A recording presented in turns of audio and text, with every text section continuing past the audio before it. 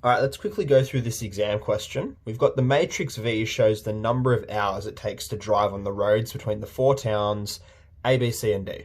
So the way this diagram works is if you're driving from B to B, it'll take you 0.2 hours. So let's say if this was town B, this loop here would have a value of 0.2 because it's from B to B. So we're trying to find what X is. So if we can figure out what town this is, it's going to be from that town to that town again. So if this was town D, for example, it'd be from D to D, X would be 0.5. So if we can figure out what town this is, then we're going to know what value X is. We are given three pieces of information. We've got 0.2, 0.1, and 0.4.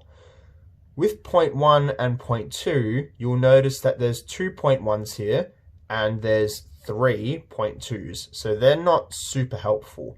But 0.4, in this whole matrix, there's only one 0.4 value, which means this 0.4 has to correspond to this 0.4.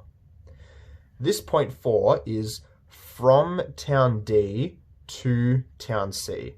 And you can see this arrow is pointing this way. So that tells us that this must be town D and this must be town C. So I might label them as we go. So we know that was town C and this one was town D. And we can confirm that from D to C, from D to C is 0.4. Now that we know that this is town D, we can see which one is from D to what town will be 0.1. So from town D to A is 0, so that does not correspond to our network here, so that can't be town A. From D to B is 0.1, so that could be B. It can't be C or D. So the only one where this works is B. So this must be town B. And we can confirm that because from B to D, going the other way, B to D should be 0.2. And we'll check that. From B to D is 0.2. So that checks out. So we know that's town B.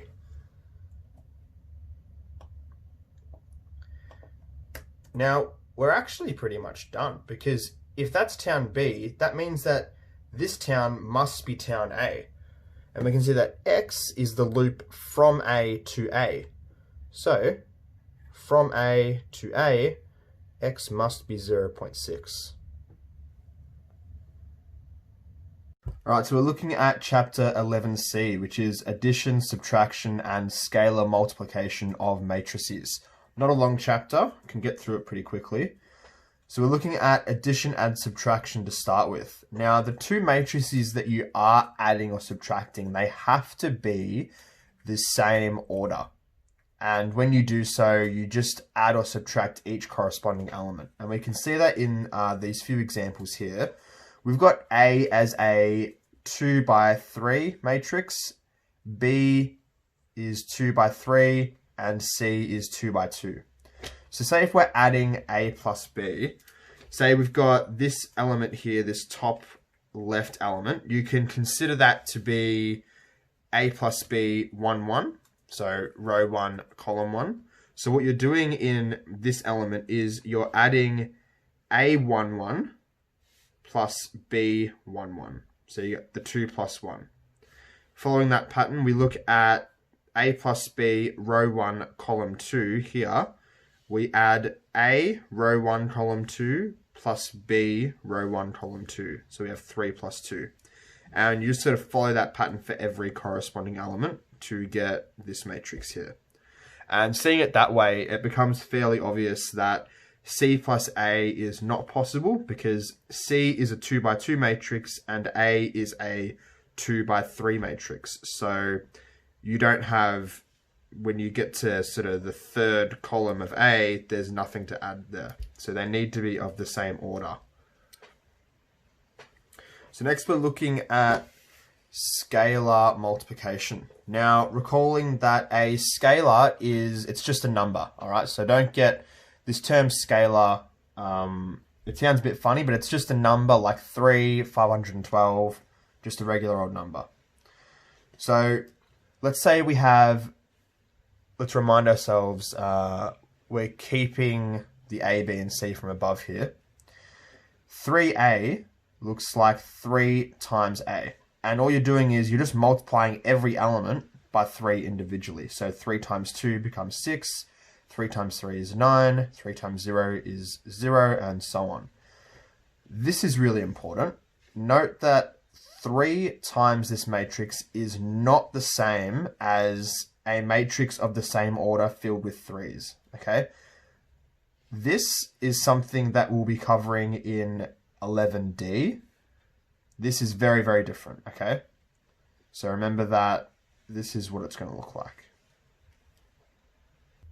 So let's look at an example where we have scalar multiplication and some subtraction of some matrices.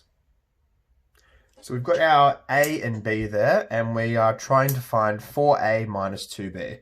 So the way I'm going to approach this, if I'm doing it by hand, I think it might be easy to first find 4A and then find 2B and then subtract them. So 4A is 4 times the A matrix. And all this is doing is multiplying each element individually by 4. So my first element will just be 4 times 2, which is 8. The second element in row 1 will be 4 times 3, which is 12, and I can follow this pattern. So that's my 4A matrix. Now we'll have a look at 2B.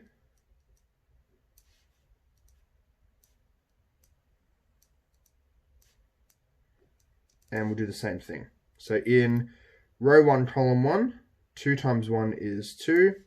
Row 1, column 2, 2 times 2 is 4, and so on.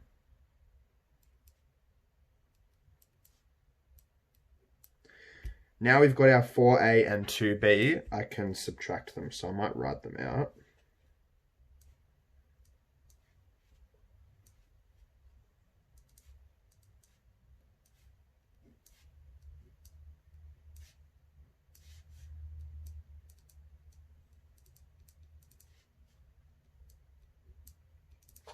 All right, so we've got a 2 by 3 matrix minus a 2 by 3 matrix. So we're all good there. We definitely can do this subtraction sum.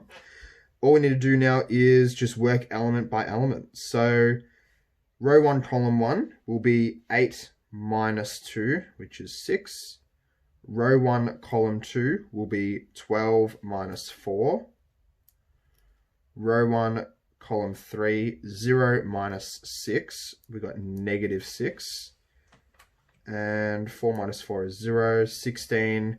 16 minus negative 4. If we think back to negative numbers, if you have 16 minus negative 4, when you're subtracting a negative number, you're actually adding it.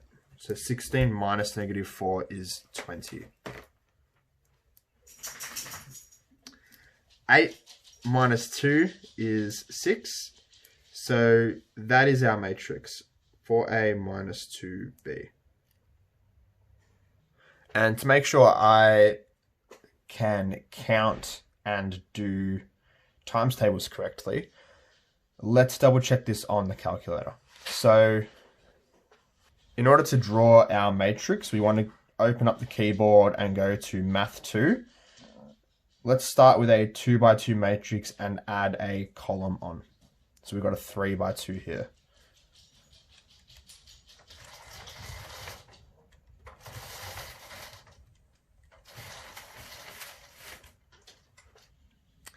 And I want to assign, remember this is our sort of assigning variable. Let's assign it to A.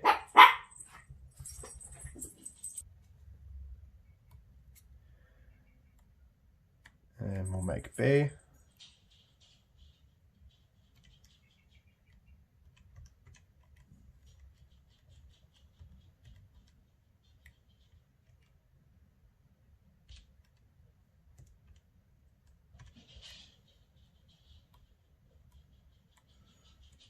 Alright, so I've now assigned these matrices to A and B.